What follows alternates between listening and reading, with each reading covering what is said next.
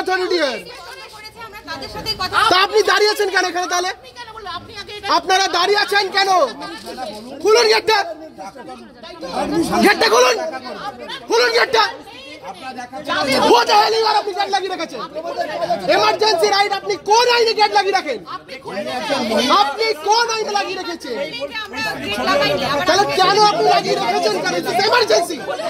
This is emergency के দুর্গাপুরের একটি বেসরকারি মেডিকেল কলেজের দ্বিতীয় বর্ষের এমবিবিএস ছাত্রীকে গণধর্ষণের ঘটনা রাজনৈতিকভাবে তীব্র আকার ধারণ করেছে।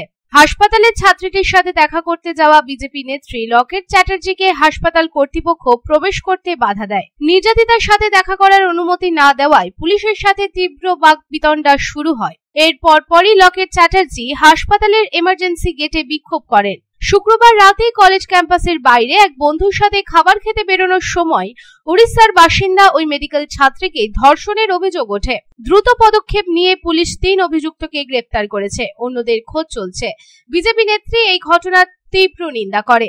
রাজ্যে নারীদের নিরাপত্তা নিয়ে প্রশ্ন তুলেছেন তিনি এবং হাসপাতালের গেটে বিক্ষোভ অব্যাহত রেখেছেন, যার ফলে সেখানে উত্তেজনা তৈরি হয়েছে। তিনি নির্যাতিতার সাথে দেখা করার এবং তার জন্য ন্যায় বিচার পাওয়ার দাবি করেছেন। এই প্রসঙ্গে বিজেপি নেত্রী লকেট চ্যাটার্জি জানান, এমার্জেন্সি 24 ঘন্টার জন্য খোলা থাকে। আর যদি কোনো পেশেন্ট আসে, পুলিশ বলছে আমরা কিছু জানি না। পুলিশ ভেতরে, সাধারণ মানুষ বাইরে।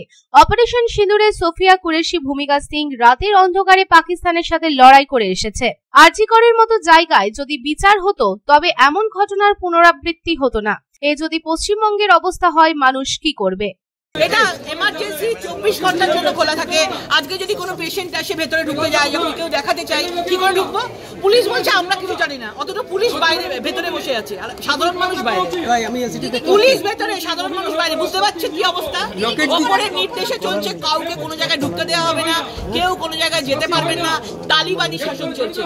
ভেবে দেখুন, অপারেশন সিঁদুর হয়েছে, ওই সোফিয়া কুরেশি, ভূমিকা সিং রাতের অন্ধকারে পাকিস্তানের সঙ্গে যুদ্ধ করে এসেছে। দেশ কি বলছে আর পশ্চিমবাংলা কি বলছে?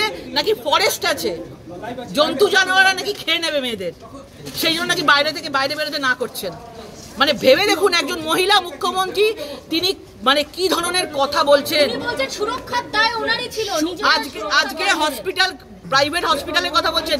এই রাজ্যের অভিভাবক একজন মহিলা মুখ্যমন্ত্রী, আর মহিলাকে বাঁচানোর জন্য উনি বলছেন মহিলাদের উপরে দোষ দিচ্ছেন। আজকে উনি না বলেন আমার কলকাতা, আমার বেঙ্গল সবাই থেকে সুরক্ষিত, সেই বেঙ্গলে উনি রাত্রিবেলা কেন মহিলারা বেরোবে না? তার মানে মুখ্যমন্ত্রী এতদিনে নিজে স্বীকার করেছেন যে মহিলাদের জন্য এই বেঙ্গল বেরোবার জন্য উপযুক্ত নয়। এবং যা এটা হয়েছে, আজকে যদি আরজি করের মতন জায়গার বিচার হতো তাহলে কিন্তু দুর্গাপুর সাহস পেত না।